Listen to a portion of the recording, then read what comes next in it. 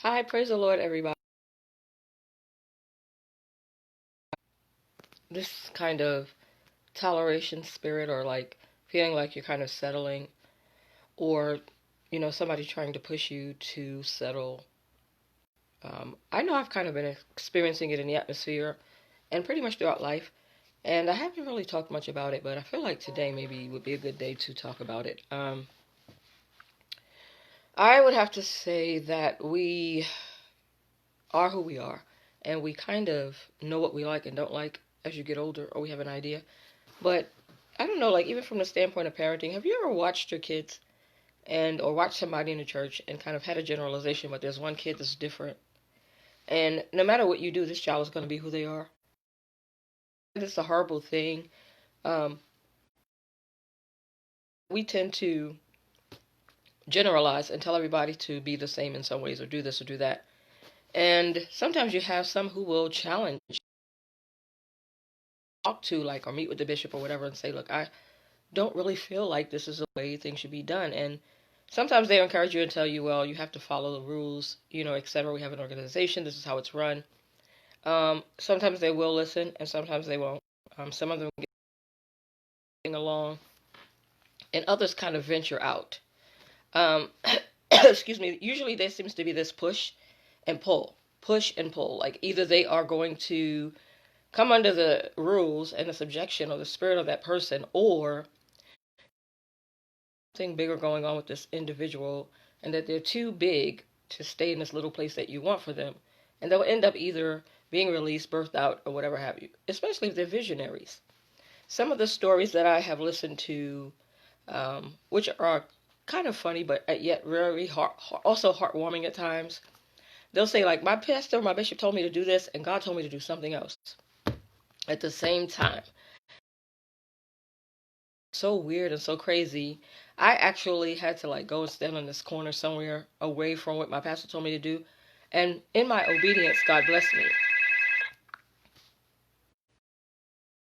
It's important to kind of see or weigh the behavior why it's happening, because there is the training of God. He starts to train you in obedience to Him and Him only, which is important when your role or the thing that God would have you do is going to be such that it's going to birth an outcome that God only God wants, even if it means being quiet.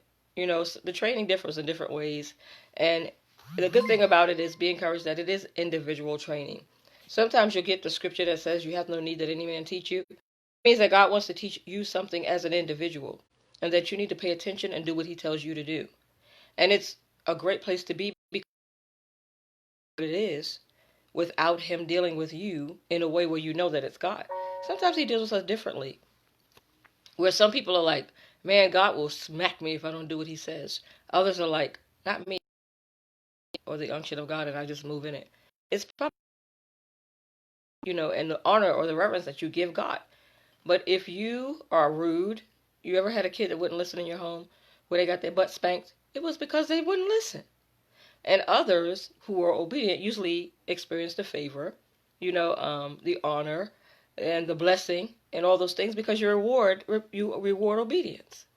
So it's not to say that you can't still come forth. It's that you can actually enjoy it if you do it in the right spirit, which is the spirit of obedience. So toleration is so weird because I know, like, I was just thinking a few days ago how my mom and my brother and I would go out, and sometimes we stop and get something to eat. And I remember my mom used to always say, like, would you hurry up? Because I would chew my food really slowly. And she and my brother would be finished eating, and they'd be sitting there waiting, and I'd still be chewing my food, taking my time, getting me something to drink, chewing my food, and they'd be like, just wrap it up and let's go. And so that's pretty much what I would do because they get tired of waiting. But I don't know if my mom realized at some point, like you learn your children, okay, this is her, and this is how she's going to eat.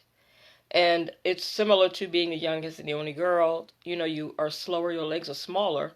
And my mom would be saying, come on, come on, come on. And eventually my oldest brother would just pick me up and put me on his shoulders. And so that's how we move forward. You have to understand, who you're dealing with. Another example would be you have a kindergartner, which was what I was, and my friend and I, we had different classes and weren't happy about it.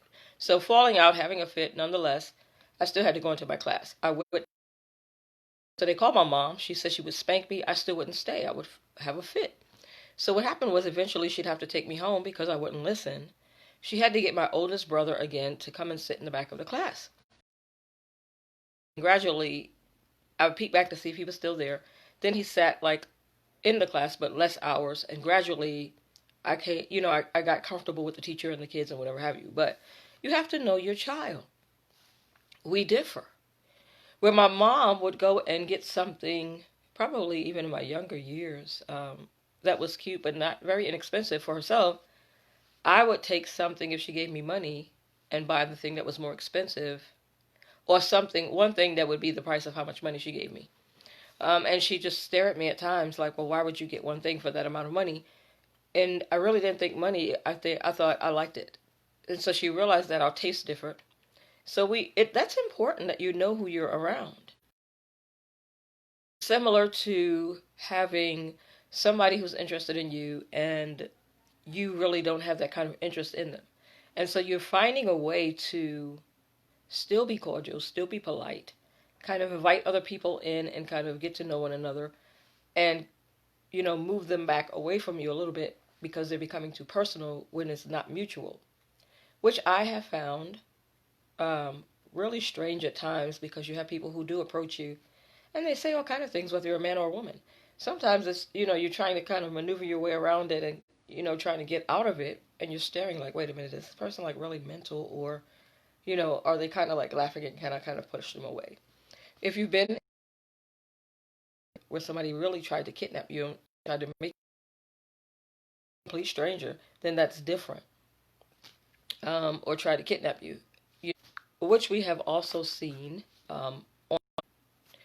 as I was saying, which we've also seen on the internet and such. So I believe certainly that, especially when you have ladies, if that's what you see the women in your household as, men probably need to be more mindful. If they're working late, if that's what you allow, then certainly you might want to make sure that they get home safely. I've heard men say that they don't particularly care to have their wives working in places that aren't safe, which makes sense to me. We do differ. And when it comes to men, apparently they differ, but understand as a woman, we don't necessarily. Toleration is such, and you need to pay attention to this because it's important. Meaning, you don't go into something that you really don't want to go into. You find yourself, some people are like, well, it's better than being alone. Friendships and such, if it challenges your relationship with God, or something sacredness, or something about your character and your integrity that you hold dear. Say, for instance, you live a godly life. You know you don't like to be around lewdness. You know you don't like to be around perverts. If you meet people, women included, men or whoever, and their behavior with each other is already lewd, you know already that you might be able to fellowship, but I would not encourage you to go outside of the church with them because it'll get worse. As they get more comfortable around you, they're going to open up more. If you start to see that they're more perverted, that they're becoming more rude, they're becoming more lewd, and that's not your character, then by the Spirit of God, you probably need to step back. That's your way of reverencing who you are or who God has you. You also have to understand if you have a prophet and they already live a godly life, they're not always going to open up and talk to you about their personal life. They're very private. They will talk about what thus saith the Lord. They are not going to talk to you or repeat themselves, especially because they're so led by God and God only. And so ultimately what's going to happen is, even now I keep seeing this trying and testing. That is a person that God himself will have the prophet execute judgment on. They are very straightforward. They're very led of God. And so it's a disciplined place. It means give the word. You have the pastors and stuff that, oh, come on, let me sit down and talk to you and laugh and play. The prophets are different. They are not going to play with you. Have you ever room? You have one that's great. They play with the baby all the time. They play with the. They're the disciplinarians, the prophets, most of the time. Most of the time, you'll see bishops and such that don't want the prophet to come in. If they're out of order, they're shaking and trembling, the fear of God. That is the place of the prophet. They don't really play around. Okay, when laughing and joking, then the prophet comes in and they look at the child and they line right up. Okay, that is the role of most of them. And so if they come into your church and you come up to them and you address them with this familiarity that you have with someone else, and they stare at you, which might be a familiar look because you might have seen it before, it means you have crossed the line. In layman's term, it might mean you have lost your mind. Or they might stare at you because they're wondering, do you need deliverance? Or, like you're inappropriate. And it is the role of an authoritarian, especially, to stare at you because they are disciplinarians most of the time. They're managers, they're higher ups, they're apostles, they are bishops. They are not really going to play around with you if you're immature and childlike. So, most of the time, they're the ones that will call you into the office and deal with you in a discipline or disciplinary way. And it's already the people know, don't do that, here comes prophet, here comes apostle. They already know, get in line, get in order. What is okay and what is not. I've been in churches where the people have been out of order and I'm staring at the leader, because you're supposed to be training them up. They should not be wild and crazy. And so ultimately the leader is now going because the people are out of order in the household. I mean, it's the whole set order of the house, or the itself is rebellious and such. And by the time the prophet comes in, now the leader is getting the discipline of God. A lot of times. And so it's important that you understand that role, because it can be a bishop as well, who I have seen see the fear of God on them. Because they're out of order, you have to have some order inside. It's a sanctuary, it's a church, it's a place that God dwells in. It is not a do whatever you want to do. You're supposed to learn that kind of reverence. So that's extremely important. And a lot of times when the prophet walks in, they don't necessarily have an agenda. It's just God showing and doing what he's doing through the prophet and setting things in place. They're very yielded to God himself and God only. Very focused. Going to go in, do what God says do, and go. They may stay and eat. Most of the time, if God says give the word and go, they'll go. They're very consecrated. They already live holy. They already live godly. They can so in tune with God and what he's doing that they're executing and doing what it is that his plan is. His work will get done through no matter what. They're still going to get to the place where they do exactly what God says do and go. And so the spirit of toleration, as I was saying, a lot of times, if you came under someone who was a disciplinarian, you ought to know already whether you want to be in a relationship, whether this friendship is godly or not. If it's not, you shouldn't be in it.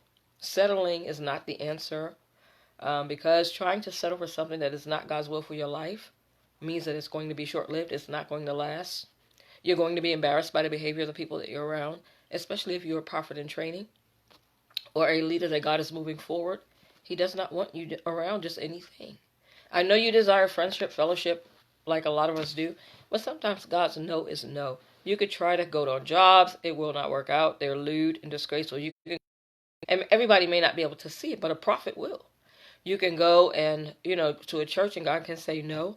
You can go to, or desire to go to services. Sometimes he'll say no. You could desire friendships, fellowship, whatever. And sometimes God will just say no. And it gets better as you see the behavior and he'll show you why, because then you learn the boundaries that God has set for you or the place that he'd have you in. The best thing that you can do, I believe, is to pay attention to your likes and dislikes, because in excellence, then there's an expectation that God has as far as how you're treated. And you'll see, and you don't have to worry about fighting with people, because it'll start to manifest itself. You'll start to desire better clothing. He'll start to financially give you the money to buy better things. Or you realize that now, you'll start to see people coming to you with better, whether it be better offers, whether it be finances. He'll just start to open the doors and show you who he says you are. And the people that you're around will be people, the Spirit of God himself. He's the one that will birth it forth and bring forth the honor that comes along with it. So it's something that I wanted to share with you. It certainly is a place of excellence. And a lot of times, I'm not going to say due to situations and circumstances, depending on coming forth under, you might find yourself seeing the immaturation of, and God has to sever those ties and move you forward. Because they'll never reach the level that God has you on. So you're sitting in this place and still quiet because the level of honor that God has already instilled in you and showed you this is not it. And you're like, okay, I know God would have me move, but the finances need to come forth, this, that, and the other. And as you continue to seek God and trust Him, He'll move you on to those that are on the level that He would have you be. There's no sense in trying to keep going back to something that God has already shown you is not going. Same thing with relationships. You can keep changing partners, but if the person that you're with is not going to reach that level of excellence that God has shown you, then short-lived. He will do it every time. He'll end it. Until you move to a place where there are other people that God Himself has on that level that are supposed to be served, that are supposed to be addressed, that are supposed to be respected, then you're kind of just sitting around like, like, okay. But ultimately, we're not allowed to address your, idiotic behavior, idiosyncrasies, things that God has already called common unto the prophet. They're not going to come down to that level with you. They're going to just ignore you. They're going to go on and continue doing what they would normally do. And occasionally you might hear the holy or the revelation of God. But God does not allow them to entertain everything. Just something that I wanted to share with you.